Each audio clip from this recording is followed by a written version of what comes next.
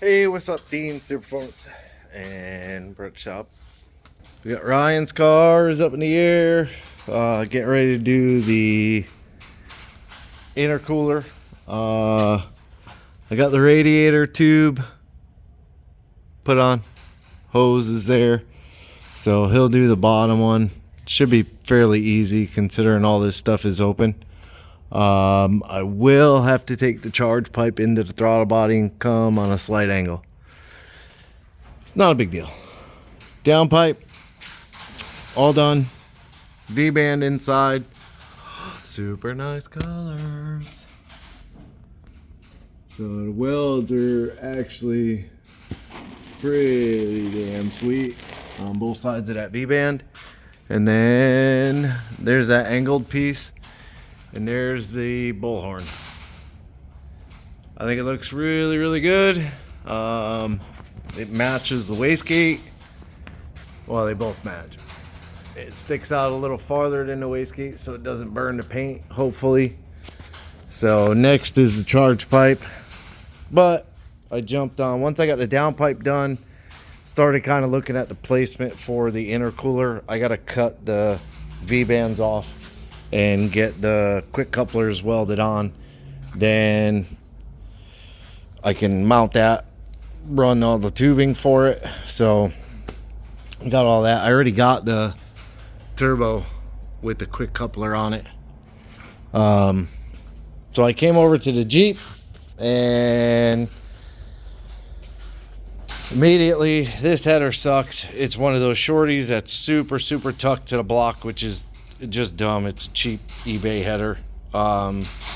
So I pulled the two positive wires back up and out along with the crank sensor, and basically they worked out to go right to the battery perfectly. And then the crank sensor, you can see that loom, I went all the way around. I extended it like 3 feet, plugged it in, got both O2s in. You can't see this side. No. Nah, I can't see nothing. It's right there. You can see that O2 is in. And then the other one, can't see it. It must have fell out. It's in there somewhere. You can see the wire for it. But that's all done. And then I just started going through everything. These are the wires that we don't need. They are in this list. Like MIL lamp, ground, speedometer, need the tack, fan 1 ground. I actually had to do a relay. He didn't have a relay on here, so this is the power wire going to the fan. It's already grounded right there. That dark green goes into the relay. This is ignition, this is battery. I mounted a post, made this wire short, go to here, and then it connects to there and goes to the battery. So it's a direct loop across. This white one will be tack, I think I said. Yep, which should be this green wire here. I just didn't do that because there was 9,000 other things, and there's a gray wire here.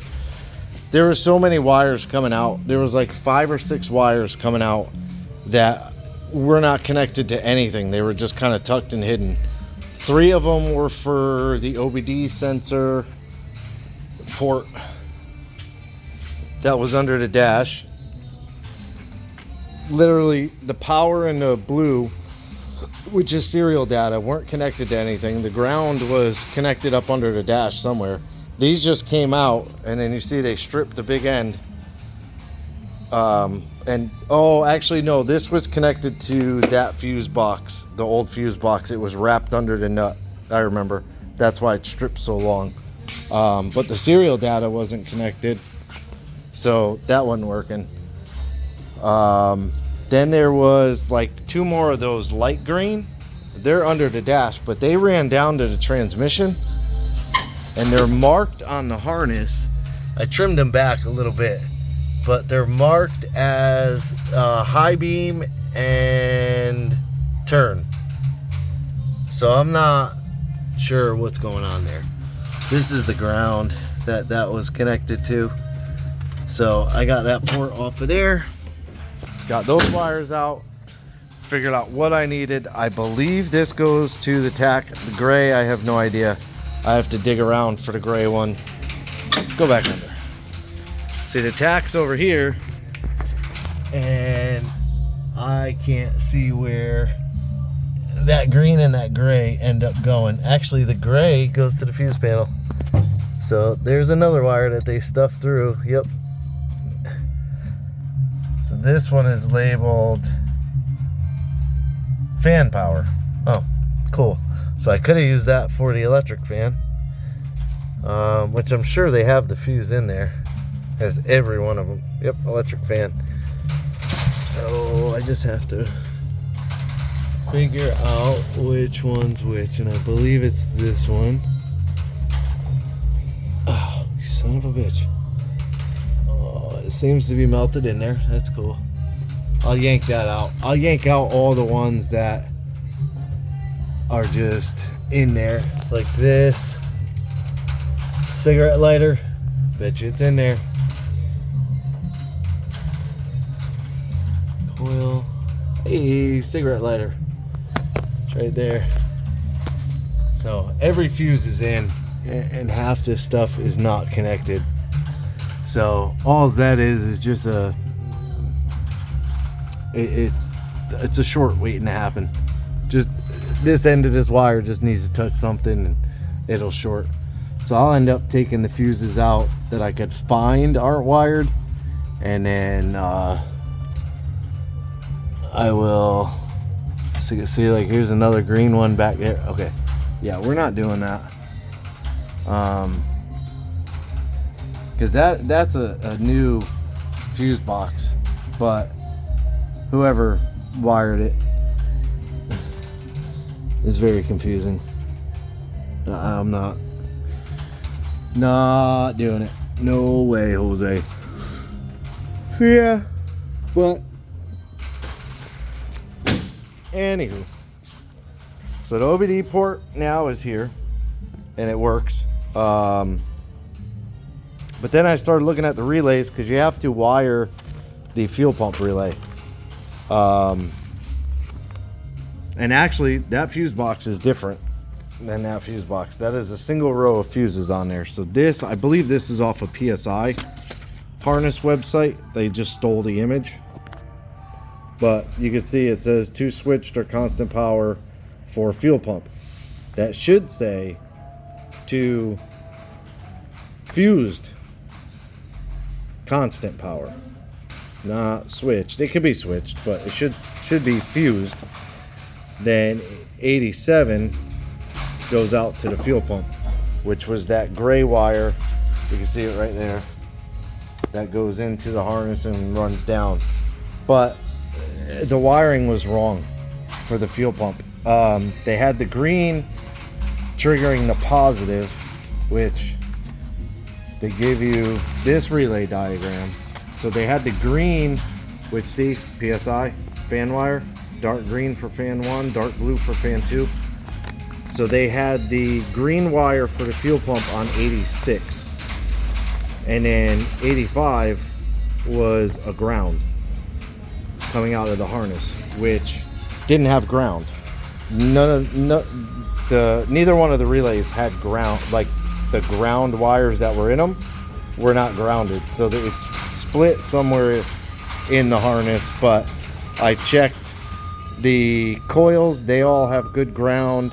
The grounds that are on the back of the head that I put, I don't know if you can see it. Yeah, that bolt right there, you can see the grounds. There's 2 sets of ground wires that go to that.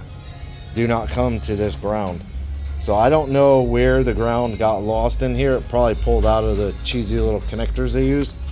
So I ended up just making my own ground and mounting it right to the back of the fuse box. You can kind of see it hiding back there. Because this thing does have a bunch of grounds all over it, so I'm confident that ground is perfectly good, and it works. So then I took the rest of the wires, that feed inside, and I believe, yeah, this is, see, there's two battery wires that go inside and to the fuel pump relay is the orange. The red one feeds inside the vehicle, then battery feed over. Ignition feed, I separated the, cut it, and then fed it back to the ignition wire on that one, which is, shows it here, ignition wire to key on and cranking power. So that works. This orange wire is park neutral signal. So I thought that was going to be probably something that was needed to be grounded, but it starts. Now, I did find another issue is the flywheel. Fuel pump's on. Oh, okay, that's not an issue this time. So it takes a minute to crank up, a second, because there's two dead cylinders. 7 and 8 are both dead. I ran through, they have spark, they have no fuel. The injectors do not pulse. So like it's a little bit of an issue. So they'll have to get a set of injectors for it, or you know, bring me a set. I don't know. So that kind of sucks. But we're gonna see if this is actually tacked real quick. Hold on. Alright. Yep. And it's off. Can't say it was right before, but it looks possibly like it's in a 4-cylinder mode or something.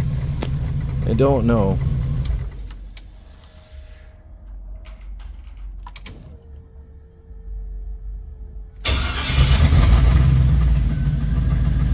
That's definitely not $3,000.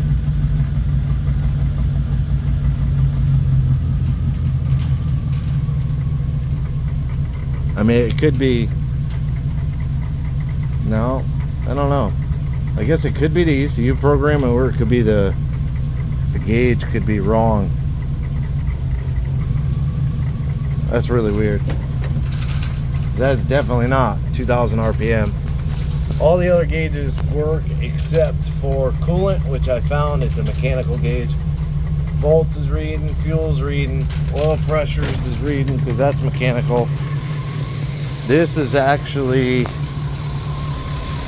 the, sheesh. This is actually the coolant gauge. So that ain't gonna work. I mean, put it there, you know, put it there. Heck with it. Yeah, it's not reading anything. Any temperature. I don't know if that's hot enough yet or what, but I haven't heard the fan come on yet.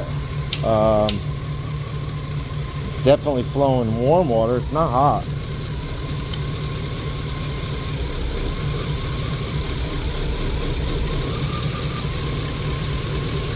I have to see if maybe there's some kind of adapter that it can go in there, because I don't have the other nut that squishes it. It's like a compression one. Something fell. Oh, it's just that's all right. Tack's still reading out of control. I don't see any temperature on that gauge, so. But it wasn't hooked up before. He knew that it wasn't hooked up. It's something that you do want hooked up, but if I were him, I would do a electric gauge, because you can go that sensor right there, how it's broke, you can take that sensor out, put a new sensor in, and it'll be good to go.